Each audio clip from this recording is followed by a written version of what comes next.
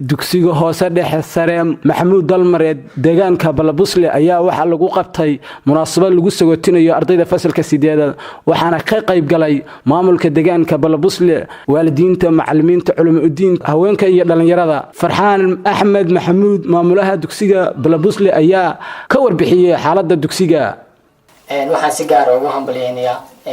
ugu rajeynayaa guul ardayda fasalka 8 إن إلهي امتحان كوفضية وأحيد وجددي حفلة أنا قبلني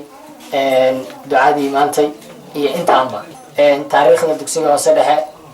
بالبسلة ومحمود دلمر وحال فري 1964 كن سؤال بقول سديتني أفر وحكسوا بحي أرضي هذا ترى بدن أو كل شوجة دافع الدنيا وحكى برتي هذا معلمين كعه أما وحكسوا لقي أرضي كبحر لفت كذا هذا iskuulka waxaan rajeynayaa insha Allah sidoo sanadkii hore kaalinta oo galay aydadka standardka dawladda Puntland sanadkan inuu sidoo kale waxaan rajeynayaa insha Allah ay ka guul gaaraan guud ahaan iskuulka primary-ga ardayda dhigata waa 269 ardayda primary-ga dhigata oo iskuulka Balabusle ardayda dugsiga hoose dhexe fasalka 8 sanadkan waa 17 arday sanadkii hore waxay ahaayeen sanad ka soo horeeyay waxay ahaayeen 12 arday qaar kamida macallimiinta dugsiga ayaa sheegay in ay dadaal dheeraad ah galiyeen ardayda ayna ka sugayaan inay kaalmo fiican ka galaan imtixaanaadka qalinjabinta ama sagootiga fasalka 8 ee sanad dugsiyeedka 2015 ilaa 2016 saadabtiin iskuulka Balabusle خاصة أنا عبد الله موسى حسين هان مدة قصو شقيني إلا 6 سنة 6 بقصو صاري أو كل حد وكون رنتي وحنلان هاي جهد دار عيال الجلية أو جهد وين هي قاعتين فصل كأيد كأي فصل الذي كوه رهيبة مرة وحنلان هاي إن كسر طلعان وحي اللودر sidoo kale ardayda fasalka 8 iyo waalidiinta iskoolka ayaa xalfada ka soo jeediyay dardaaran iyo duco afka ardada fasalka 8 oo soo qaban qaabay xafladan aad iyo aad baan u faraxsanahay xafladan galabta dhacdo galabta tarankeygana lama soo koobi karo runtii waxaan uga mahad celinayaa xafladan qaban qaabadeedii waalidiintii nolol soo qayb qaatay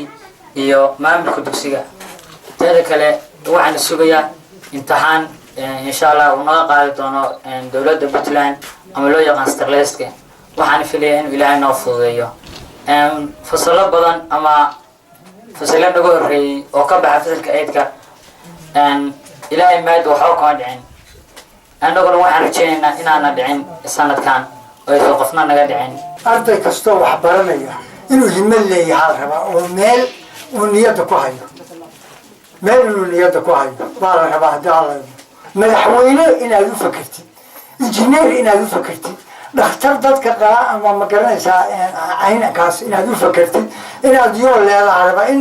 waxaan iska baranaya kaliya lama rabo waxa raba yool inaad leedahay kaliya qofka aan yool lahayn waxa ku imaanaysa inta jahadu ka dhinto taariibka la sheegayo inuu aado oo naftiisa kharibo laakiin qofka haddii yoolkiisaas waa gaaraya ilaahayna uu bariyo isaguna dadaal loo yimaado ardaydu waa mahadsantahay intaasaan kula dardaarmaya waalidiinta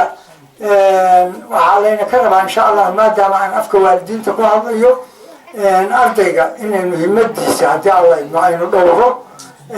ilaalino ugu dambeyntii gudoomiye ku-xigeenka deegaanka Balabusle ayaa munaasabada soo afmeeray aad baan soo dhaweynaya xafladan aad u quruxda badan oo fasalkan 8aadku fasalka 9aadku uu gudbayo waxaan leenahay sidii hore looga hadlay waxaan leenahay aqoonta iyo cilmigu wuxuu u baahan yahay dadaal badan hooyada iyo odayga iyo ardayga iyo macallinka iyo maamulka iyo culimada kulli bulshada dhamaanteed wuxuu u baahan yahay qof kasta kaalin buu ku leeyahay qof kasta xil baa saaran qof kasta waa waxbuu ku aadan yahay حديث واتوها كلكم راع وكلكم مسؤول عن رعيته. محمود سعيد محمد سومال نيوز تي في بورتلي.